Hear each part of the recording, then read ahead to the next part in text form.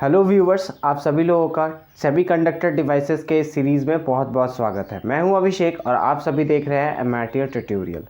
तो आज मैं रेक्टिफायर्स के ऊपर डिस्कशन करने वाला हूं।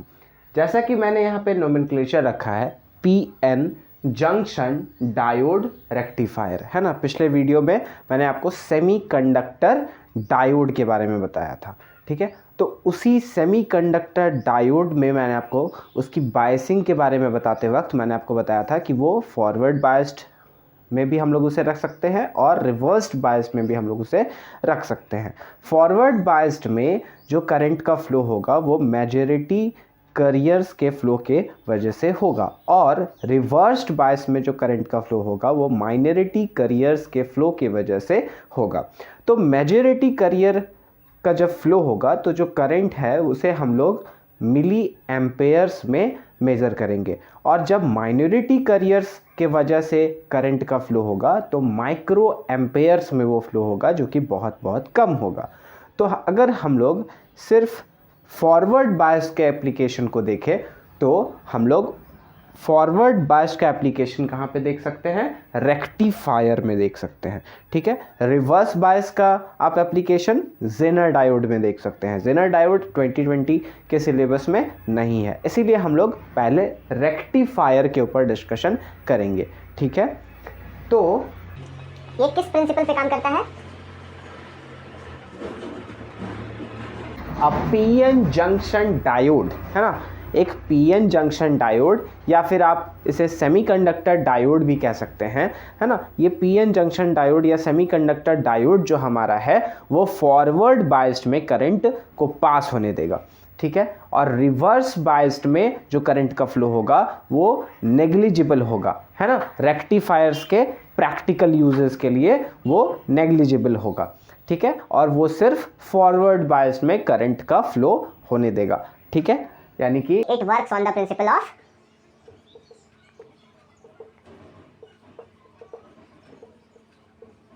Forward biased of a PN junction diode, ठीक है। और हम लोग यहाँ पे क्या देखेंगे कि रिवर्स बायस में जो करंट का फ्लो हो रहा है माइनॉरिटी कैरियर्स की वजह से वो बहुत बहुत कम होगा, नेग्लिजिबली स्मॉल, वेरी स्मॉल, ठीक है, जीरो एकदम, प्रैक्टिकल यूजेस के लिए। तो रेक्टिफायर क्या होता है? रेक्टिफायर रेक्टिफिकेशन करता है। ये एक ऐसा डिवाइस होता है जो रेक्टिफिकेशन करता है। अब रेक्टिफिकेशन क्या होता है ना। तो रेक्टिफिकेशन जब हम लोग अल्टरनेटिंग करंट को डायरेक्ट करंट में कन्वर्ट करते हैं तो वो प्रोसेस रेक्टिफिकेशन कहलाता है और इसे हम लोग रेक्टिफायर नाम के डिवाइस के हेल्प से करते हैं, ठीक है। तो एसी यानी अल्टरनेटिंग करंट को हम लोग किस में कन्वर्ट कर रहे हैं? डीसी यानी डायरेक्ट करंट में। अब अल्टरनेटिंग करंट क्या होता है? जिसमें मैग्नीट्यूड और डायरेक्शन, करंट का मैग्नीट्यूड और करंट का डायरेक्शन, है ना, चेंज होता रहे, है ना, वो होता है अल्टरनेटिंग करंट। और डायरेक्ट करंट क्या होता है? डायरेक्ट करंट वो होता है जिसमें करंट का डायरेक्शन चेंज नहीं होता है ना। यूनी डायरेक्शनल करंट भी इसे हम लोग कह सकते हैं। तो डायरेक्ट करंट जो होता है वो दो टाइप्स का होता है, पहला स्टीडी और दूसरा पल्सेटिंग, है ना। डीसी में स्टीडी जो है, स्टीडी डीसी हम लोग किसे कहेंगे? जब हमारा करंट का डायरेक्शन और मैग्नीट्यूड दोनों अनचेंज्ड रहे टाइम के रिस्पेक्ट में, तो उसे हम लोग क्या कहेंगे? Steady DC. और जब हमारा मैग्नीट्यूड चेंज हो और डायरेक्शन करंट का सेम रहे तो उसे हम लोग पल्सेटिंग डीसी कहेंगे, ठीक है। तो रेक्टिफायर क्या करता है? एसी करंट को डीसी करंट में चेंज करता है। यानी एसी हमारा करंट पहला कैसे था? उसका मैग्नीट्यूड भी चेंज हो रहा था और डायरेक्शन भी चेंज हो रहा था। रेक्टिफायर क्या करेगा? उसे कन्वर्ट कर देगा किसमें? पल्सेटिंग डीसी में कन्वर्ट कर देगा, यानी कि सिर्फ उसका मैग्नीट्यूड चेंज होगा और डायरेक्शन सेम रहेगा, ऐसे करंट में वो उसे चेंज कर देगा, एसी को डीसी में चेंज कर देगा। फिर वहाँ पे अगर हम लोग फिल्टर्स लगा दें अपने सर्किट में, है ना, तो वो पल्सेटिंग डीसी जो है वो स्टीडी डीसी में कन्वर्ट हो सकता है। ठीक है, तो ये जो रेक्टिफायर होता है वो 3 टाइप्स का होता है। पहला हाफ वेव रेक्टिफायर, ठीक है, दूसरा फुल वेव रेक्टिफायर और तीसरा ब्रिज रेक्टिफायर।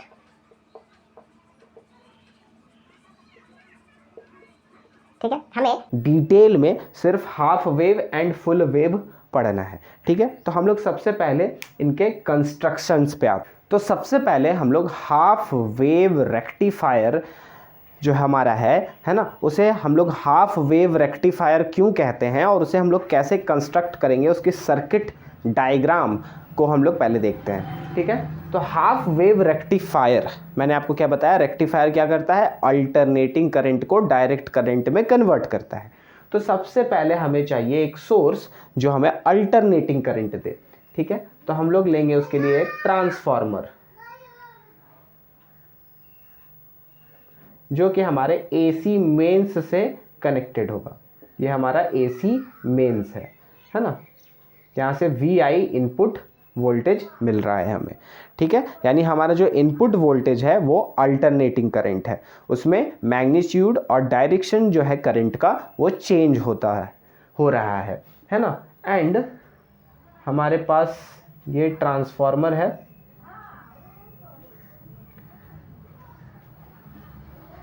ठीक है, ये हमारा ट्रांसफार्मर है, ये हमारा प्राइमरी कॉइल, ये हमारा सेकेंडरी कॉइल। अब यहाँ पे एक पॉइंट B है और यहाँ पे ये पॉइंट A है। ठीक है, ये हमारा इनपुट हो गया। अब ये पॉइंट A में हम लोग P टाइप को कनेक्ट करते हैं अपने डायोड को। मैंने आपको बताया था कि जो हमारा जंक्शन डायोड होता है उसका सिंबल क्या होता है, ये उसका सिंबल होता है, वो एक 2 टर्मिनल डिवाइस है और ये हमारा P टाइप P रीजन और ये हमारा N रीजन। ठीक है, तो हम लोग इसको कनेक्ट कर दिए इससे। ठीक है, ये हमारा डायोड हो गया D1। ठीक है, यहाँ पे हम लोग एक लोड रेसिस्टेंस लगा देंगे, है ना, आउटपुट के लिए। ये हमारा लोड रेसिस्टेंस है RL और यहाँ पे हमें हमारा आउटपुट मिलेगा जिसके इस RL के क्रॉस V0। ठीक है, तो ये हो गया हमारा हाफ वेव रेक्टिफायर। अब बात आती है कि इसे हम लोग हाफ वेव रेक्टिफायर क्यों कहते हैं। ठीक है, तो जैसे कि मैंने आपको यहाँ दिखाया है कि ये एसी मेंस से ये कनेक्टेड है, तो यहाँ पे जो हमारा इनपुट होगा वो कैसा होगा,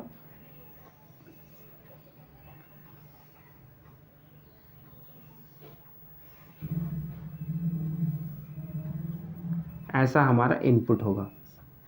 ये सपोज VI है और ये हमारा ओमेगा T है। ठीक है, ये हमारा 0, ये हमारा पाई, ये हमारा 2 पाई, ये हमारा 3 पाई।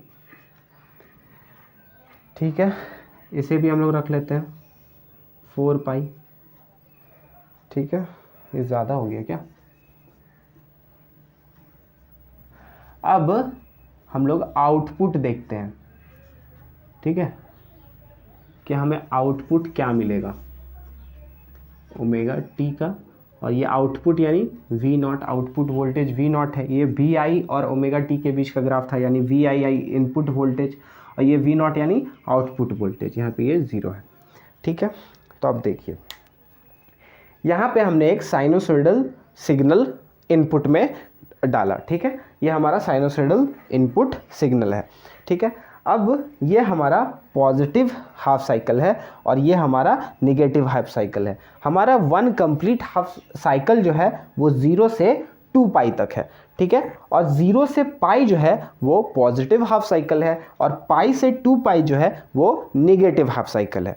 ठीक है, अब जब ये 0 से पाई होगा यानी पॉजिटिव हाफ साइकिल होगा, ठीक है, तो इस पॉइंट A में पॉजिटिव टर्मिनल आएगा और पॉइंट B में निगेटिव टर्मिनल आएगा।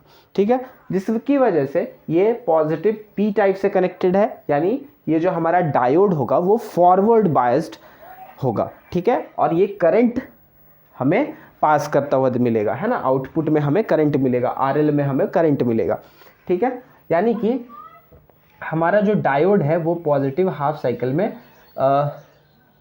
कंडक्ट करेगा और हमें आउटपुट मिलेगा, ठीक है।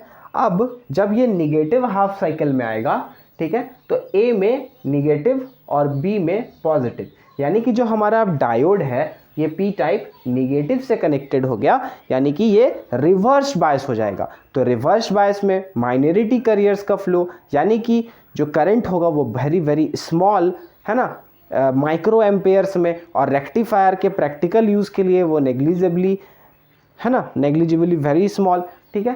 तो यहाँ पे हमें कोई आउटपुट नहीं मिलेगा निगेटिव हाफ साइकिल के लिए, यानी पाई से 2 पाई तक में हमें कोई भी आउटपुट नहीं मिलेगा, ठीक है। फिर ये 2 पाई से 3 पाई तक जो है हमारा पॉजिटिव हाफ साइकिल है, ठीक है। यानी कि अब इसमें क्या हो जाएगा, ये पॉजिटिव और ये निगेटिव, यानी पॉइंट ए जो है, टर्मिनल ए जो है वो पॉजिटिव से कनेक्टेड है, यानी पी टाइप पॉजिटिव से कनेक्टेड हो गया फिर से, यानी ये फिर से फॉरवर्ड बायस, और फिर से यहाँ पे करंट फ्लो होगा, कंडक्ट करेगा करंट हमारा डायोड, है ना, और हमें आउटपुट मिलेगा, यानी कि यहाँ पे हमें फिर से आउटपुट ये ऐसा मिलेगा, ठीक है। और ये जो हमारा फिर से निगेटिव हाफ साइकिल है, इसमें हमें किसी भी तरह का आउटपुट नहीं मिलेगा, ठीक है। अब यहाँ पे जब ये रिवर्स बायस हो जाएगा, ठीक है, देखिए ये रिवर्स बायस कब हुआ, निगेटिव हाफ साइकिल्स में जब रिवर्स बायस हुआ, तो सेमीकंडक्टर डायोड में मैंने आपको बताया था, है ना, कि जब रिवर्स्ड बायस होता है तो कुछ पर्टिकुलर वोल्टेज तक रिवर्स सैचुरेशन करंट फ्लो करता है, और फिर एक पर्टिकुलर वोल्टेज के बाद, है ना, करंट तेजी से बढ़ता है। उस पर्टिकुलर वोल्टेज को हम लोग ब्रेक डाउन वोल्टेज कहते हैं। उस पर्टिकुलर ब्रेक डाउन वोल्टेज के बाद थोड़ा सा भी अगर हम लोग वोल्टेज में चेंज करें तो हमारा करंट जो है वो बहुत तेज़ी से चेंज करता है, इंक्रीज करता है ना। तो हमें ये ध्यान रखना है कि जो हमारे इस इनपुट वोल्टेज का पीक वोल्टेज होगा वो रिवर्स बायस्ड में, जब हमारा डायोड का ब्रेकडाउन वोल्टेज है, मैंने सेमीकंडक्टर डायोड वाले वीडियो में ये भी बताया था कि जो हमारा डायोड है उसके प्रैक्टिकल यूज़ के लिए उसका ब्रेकडाउन वोल्टेज उसमें मेंशन रहता है। तो हमारा जो पीक वोल्टेज होना चाहिए, इनपुट जो हम लोग डाल रहे हैं उसका जो पीक वोल्टेज रहना चाहिए वो उस ब्रेकडाउन वोल्टेज से कम होना चाहिए, ठीक है। यानी कि ये जो हमारा इनपुट है इसका ये जो पिक वोल्टेज है, इस पिक वोल्टेज को अगर हम लोग Vm एज्यूम कर लें, यहाँ पे भी ये पिक वोल्टेज जो है वो Vm ही होगा, है ना।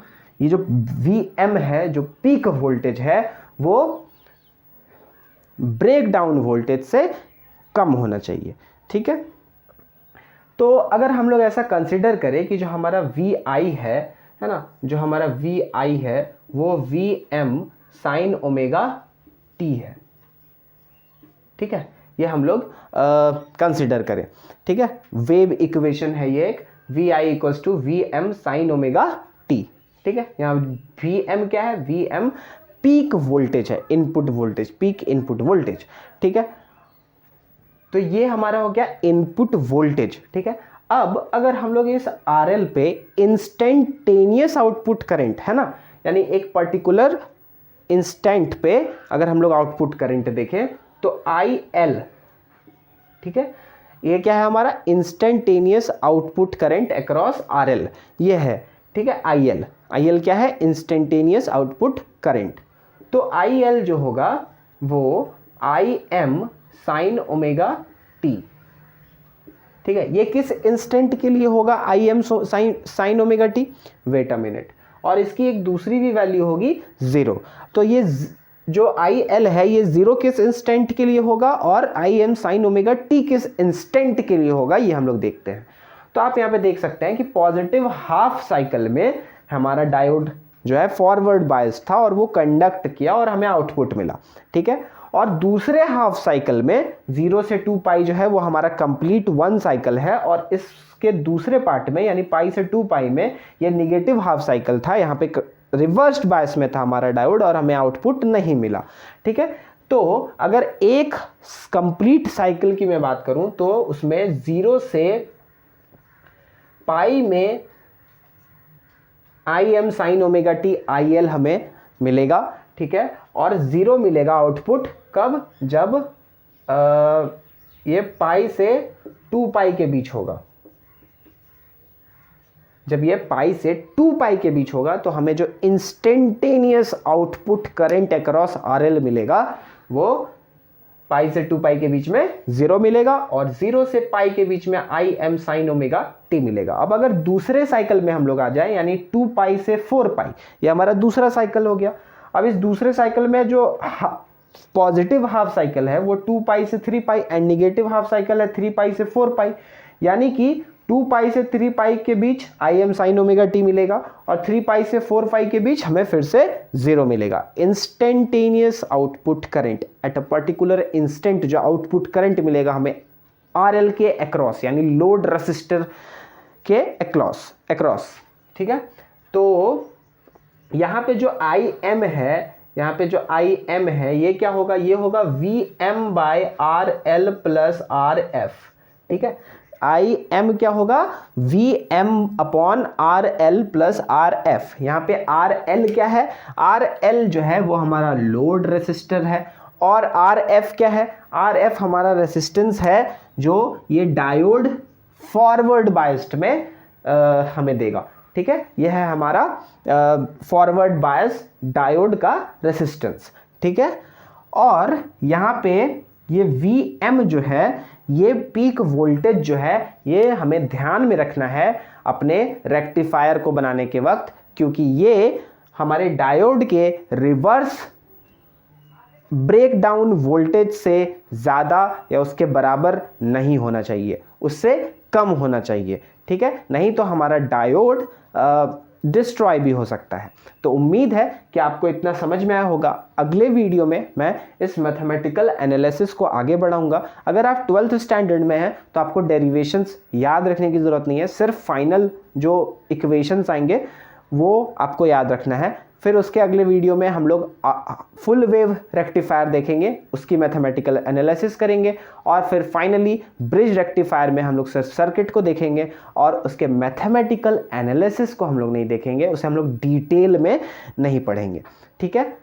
तो उम्मीद है आपको समझ में आया होगा। अगर आपकी कोई भी क्वेरीज है तो आप कमेंट करके बता सकते हैं या फिर मुझे मेल करके बता सकते हैं। मेरी मेल आईडी डिस्क्रिप्शंस में है। At the end of this video, thanks for watching this video.